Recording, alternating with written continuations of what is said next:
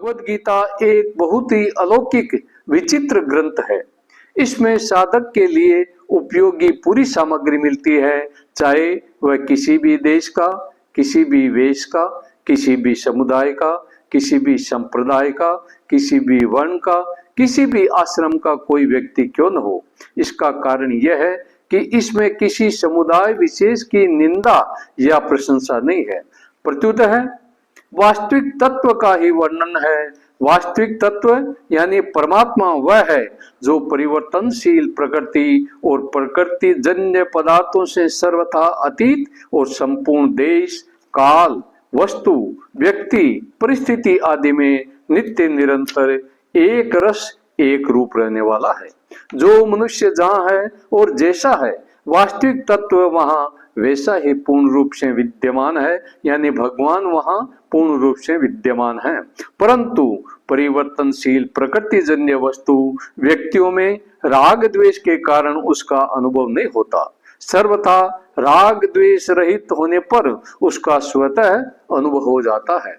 भगवत गीता का उपदेश महान अलौकिक है। इस पर कई टीकाएं हो गई और कई टीकाएं होती ही चली जा रही है। फिर भी संत महात्माओं, विद्वानों के मन में गीता के नए नए भाव प्रकट होते रहते हैं।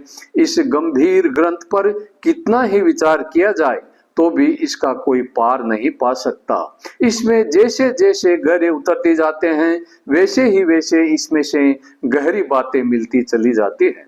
जब एक अच्छे विद्वान पुरुष के भावों का भी जल्दी अंत नहीं आता, फिर जिनका नाम, रूप आदि यावन मात्र अनंत है, ऐसे भगवान के द्वारा कई वचनों में भरे हुए भावों का अंत आ ही कैसे सकता है।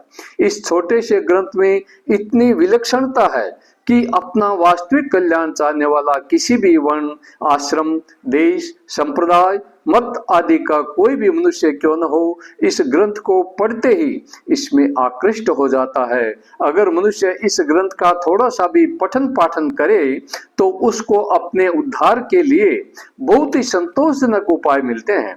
हर एक दर्शन के अलग अलग अधिकारी होते हैं, पर गीता की यह विलक्षणता है कि अपना उद्धार चाहने वाले सब के सब इसके अधिकारी हैं। भगवत गीता में साधनों का वर्णन करने में, विस्तार पूर्वक समझाने में, एक एक साधन को कई बार करने में संकोच नहीं किया गया है। फिर भी ग्रंथ का कलेवर नहीं बढ़ा है।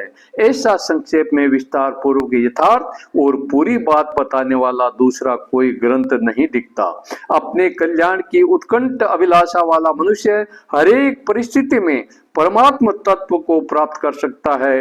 युद्ध जैसी घोर परिस्थिति में भी अपना कल्याण कर सकता है। इस प्रकार व्यवहार मात्र में परमार्थ की कला गीता में सिखाई गई है। अतः इसके जोड़े का दूसरा कोई ग्रंथ देखने में नहीं आता। गीता एक प्रसादिक ग्रंथ है। इसका आश्रय लेकर पाठ करने मात्र से बड़े विचित्र, अलौकिक और शांतिदायक भाव स्फुरित होते हैं। इसका मन लगाकर पाठ करने मात्र से बड़ी शांति मिलती है। इसकी एक विधि यह है कि पहले गीता के पूरे श्लोक अर्थ सहित कंठस्थ कर लिए जाएं, फिर एकांत में बैठकर गीता के अंतिम श्लोक यत्र योगेश्वर है कृष्ण है, यहाँ से लेकर गीता के पहले श्लोक धर्म क्षेत्रे कुरुक्षेत्रे, यहाँ तक बिना पुस्तक के उल्टा पाठ किया जाए तो बड़ी शांति मिलती है। यदि प्रतिदिन पूरी गीता का एक या अनेक बार पाठ किया जाए तो इससे गीता के विशेष अर्थ स्फुरित होते हैं। मन में कोई शंका होती है तो पाठ करते करते उसका समाधान हो जाता है। वास्तव में इस ग्रंथ की महिमा का वर्णन करने में कोई भी समर्थ नहीं है। अनंत महिमाशाली ग्रंथ की महिमा का वर्णन कर ही कौन सकता है। हरि शरणम।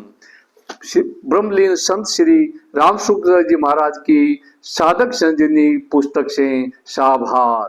हरि शरणम।